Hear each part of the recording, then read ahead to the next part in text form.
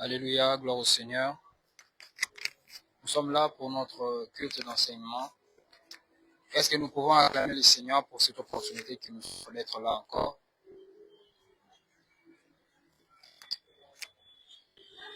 Oui, bien-aimé, étant un culte d'enseignement, nous avons prié.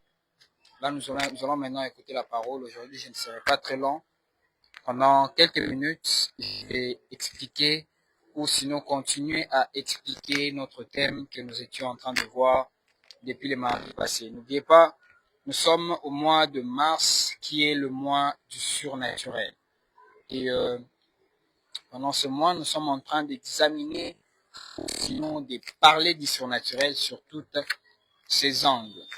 Sur tous ses angles, excusez-moi. Et nous abordions le thème ou le sous-thème depuis le mardi passé qui est la doctrine, les surnaturels, la doctrine de l'Église de Jésus-Christ, c'est-à-dire les surnaturels, la doctrine de l'Église de Jésus-Christ. Alléluia. Nous avions dit que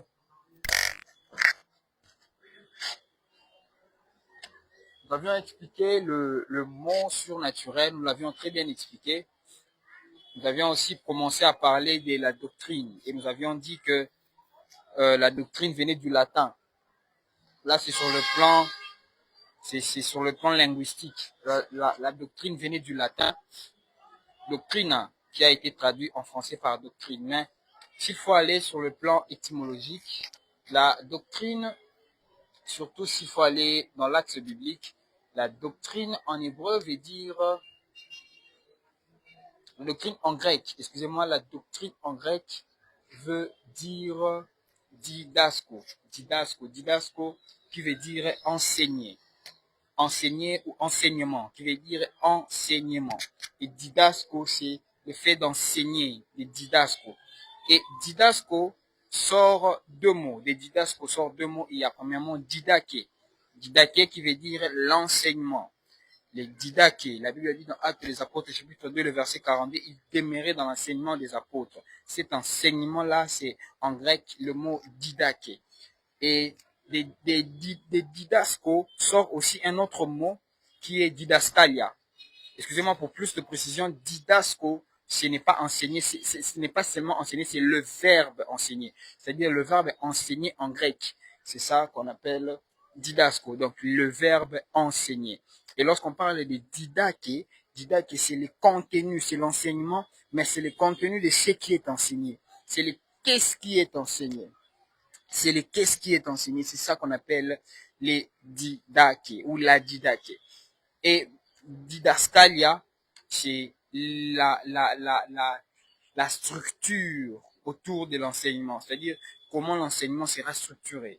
Et là où nous allons partir jusqu'à là où nous devons arriver. La Bible dit, ils ont été livrés à la doctrine. C'est-à-dire, ils se sont donnés tout entier à cette doctrine-là, pour montrer que la doctrine n'est pas seulement un simple enseignement, la doctrine n'est pas seulement un simple message d'une heure ou de 30 minutes, mais dans sa dimension de didaskalia, la doctrine devient tout un cursus qu'il faut suivre et qu'il faut comprendre. Aujourd'hui, on va aborder un petit sujet qui va nous prendre, je pense, quelques minutes et puis on va finir.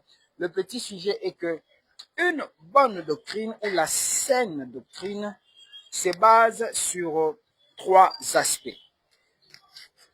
La saine doctrine, en tout cas, se base toujours sur trois axes. Lorsque la doctrine est enseignée, lorsque la doctrine est révélée, cette doctrine s'enseigne ou se révèle généralement sur trois aspects. Le premier aspect, c'est l'aspect christologique. C'est-à-dire, toute doctrine est une doctrine qui révèle Jésus-Christ. Toute doctrine est celle qui s'est révélée Jésus-Christ, qu'il soit caché ou révélé. Dans le livre d'Exode, on est en train de voir Moïse rencontrer un buisson ardent. Et ce buisson ardent qui donnait la lumière. Et la Bible dit que le buisson ardent était en train, il y a une voix qui parlait dans les buissons ardents. Et nous comprenons directement que la voix qui parlait dans les buissons ardents, c'est lui le Seigneur Jésus-Christ. Donc en réalité, quand je vais exposer une doctrine comme ça, je dois démontrer Christ Je dois révéler Christ. Parce que le vrai sens de la doctrine, c'est lorsqu'on respecte son aspect christologique. Donc, la saine doctrine est d'abord christologique. La saine doctrine est d'abord christologique. La saine doctrine révèle d'abord Jésus. Alléluia. Raison pour laquelle je vous avais dit que la doctrine sont les enseignements de Jésus par les apôtres. Donc, c'est-à-dire les apôtres ont prêché ce qu'ils ont vu de Jésus. Donc, les apôtres ont prêché Jésus. Donc, lorsqu'il faut parler de la doctrine à l'Église, lorsqu'il faut enseigner sur la doctrine chrétienne, nous enseignons et nous révélons Jésus, nous révélons Christ. Donc, le premier aspect de la doctrine, c'est qu'une saine doctrine est d'abord christologique. Et puis, deuxième aspect de la doctrine, c'est que une saine doctrine touche aussi l'aspect moral ou encore l'aspect pratique. La Bible dit, si vous entendez mes paroles et que vous les mettez en pratique. Donc, la doctrine n'est pas seulement là pour être entendue, mais la doctrine doit aussi être pratiquée. Or, on ne peut pratiquer que ce qui correspond ou ce qui est praticable. On ne pratique que ce qui est praticable. Si ce n'est pas praticable, on ne pourra pas la pratiquer. Si c'est impraticable, il est impossible de les pratiquer. Alors, la saine doctrine doit aussi toucher l'aspect pratique de la vie. Donc, la saine doctrine doit nous apprendre comment vivre dans la société, comment les enfants doivent vivre avec les parents, comment les plus jeunes doivent vivre avec les plus aînés. Et l'inverse, comment le mari doit vivre avec sa femme. Raison pour laquelle lorsque l'apôtre Paul a parlé dans ses lettres, l'apôtre Paul parle même du mariage. Il dit, Marie, aimez vos femmes et femmes, soyez soumises. Parce que la doctrine touche aussi l'aspect pratique ou l'aspect moral.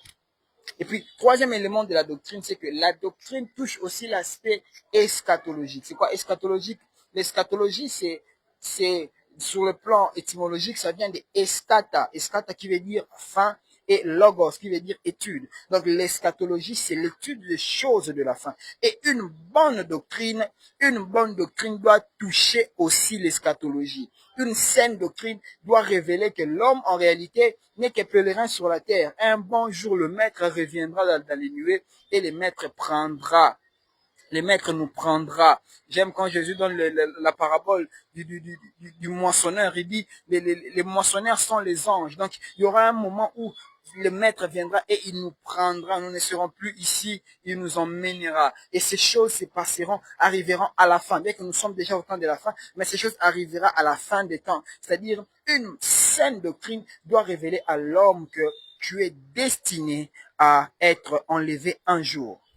Donc, je viens de donner trois aspects de la saine doctrine. La saine doctrine est d'abord christologique. Elle révèle d'abord Christ. Et puis, la saine doctrine est pratique. Et je vous ai dit, pour qu'elle soit pratique, elle doit être praticable. Donc, la saine doctrine doit toucher les aspects pratiques de la vie. Et la saine doctrine est aussi eschatologique. Alléluia. Alors, un autre élément de la doctrine chrétienne, c'est son aspect pédagogique. J'ai beaucoup aimé quand j'ai étudié ces sujets pour en parler. Il y a l'aspect pédagogique aussi qu'il faut étudier lorsqu'on étudie la doctrine. C'est que dans l'aspect pédagogique de la doctrine, on comprend que la doctrine, c'est en fait cet enseignement qu'il faut enseigner et qu'il faut continuer d'enseigner. C'est-à-dire, c'est cet enseignement qui doit être répétitif. La Bible dit, lorsque Jésus a donné les paraboles en public, la parabole du semeur, et que les disciples n'ont pas compris, Jésus est allé leur parler encore en privé. C'est-à-dire, Jésus est allé leur expliquer cette doctrine-là en privé. Parce que la saine doctrine doit être répétitive dans sa dimension pédagogique. C'est-à-dire, on doit en parler. On doit en reparler. Jusqu'à ce que l'on comprenne. Dans sa dimension pédagogique, la saine doctrine doit être expliquée, parlée. On doit marteler sur cela. On doit y revenir. On doit en parler. On doit jusqu'à nous emmener à devenir cet homme fait. Alléluia. Cet homme qui est fait. Et c'est important de souligner ces choses parce que la doctrine, comme je vous avais dit, la doctrine, c'est la base. C'est ce qui fait asseoir l'enfant de Dieu. C'est ce qui fait asseoir l'enfant de Dieu dans la connaissance de Christ. Hébreu est en train de dire, les saints, Hébreu chapitre 6, verset 1, laissant derrière nous les éléments fondamentaux de la parole de Christ. C'est-à-dire, avant d'abord qu'on puisse les laisser, comme pour obéir à ce que Hébreu a dit, avant qu'on puisse d'abord le laisser, il faut d'abord le connaître. Tu ne laisses pas ce que tu n'as pas compris. Tu ne laisses pas le lait pour directement commencer à prendre le foufou quand tu viens de naître. Non, il faut d'abord prendre le lait. Donc la doctrine est importante parce qu'elle te donne d'abord le lait. Tout ce que tu as besoin de manière basique et fondamentale. La doctrine chrétienne te donne de connaître les choses fondamentales de la vie chrétienne. Alléluia. C'est très, très, très, très, très important. C'est très important d'avoir la didache. Dans la didache, le contenu, je vous ai dit, c'est le contenu. Et vous devez savoir que le contenu de la doctrine, c'est le Seigneur Jésus-Christ. En réalité, de la doctrine, je ne viens pas pour parler d'abord d'autre chose. La Bible dit, quand je suis venu chez vous, c'est l'apôtre Paul qui le dit, quand je suis venu chez vous, je n'ai rien voulu connaître si ce n'est Christ est ressuscité. C'est-à-dire, quand l'apôtre Paul est venu, la première question, le premier sujet de ton investigation, c'était de savoir si le Christ est ressuscité. Si le Christ, qui est vraiment le Dieu des dieux, était le même qui était prêché dans cette église-là. C'est ça, la doctrine. La doctrine nous donne d'être en accord avec la volonté de Jésus. La doctrine nous donne d'être en accord avec la pensée du Seigneur Jésus-Christ. Alléluia. La doctrine nous donne d'être en accord avec ce que le Seigneur Jésus-Christ a décidé. Alors, la doctrine touche plusieurs éléments. La doctrine touche plusieurs éléments ou plusieurs sciences théologiques.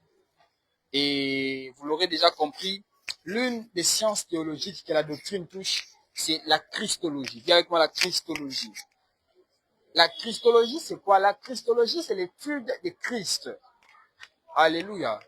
L'étude du sauveur. Parce que Christos, en grec, c'est sauveur. Donc, lorsqu'on parle de christologie, on étudie le sauveur. Et le sauveur, c'est qui? C'est Jésus. Et la doctrine chrétienne touche aussi la sotériologie. Viens avec moi, la sotériologie. Qu'est-ce que la sotériologie? La sotériologie, c'est soteria, qui veut dire salut, et logos, qui veut dire étude. C'est-à-dire, dans la sotériologie, on étudie les soteria, ou on étudie les saluts. Alléluia. Parce que nous devons être sauvés, et nous allons être sauvés. Et une autre branche, une branche théologique que la doctrine chrétienne touche aussi, c'est la pneumatologie. La pneumatologie, c'est quoi? C'est l'étude du Saint-Esprit. Et la doctrine chrétienne touche aussi l'armatiologie. L'armatiologie, c'est quoi? C'est l'étude du péché. La doctrine chrétienne étant la base, c'est-à-dire l'enfant de Dieu doit avoir une idée sur tout ça. Lorsqu'on te pose la question, qui est Christ? Tu dois être en mesure de répondre. Lorsqu'on te pose la question, c'est quoi le salut? Comment? Qu'est-ce qui va faire en sorte qu'on soit sauvé? Tu dois être en mesure de répondre à ça. Et si on te pose la question, c'est qui le Saint-Esprit? Quel est son rôle? Si on te pose la question, quelle est la différence entre les péchés et l'iniquité?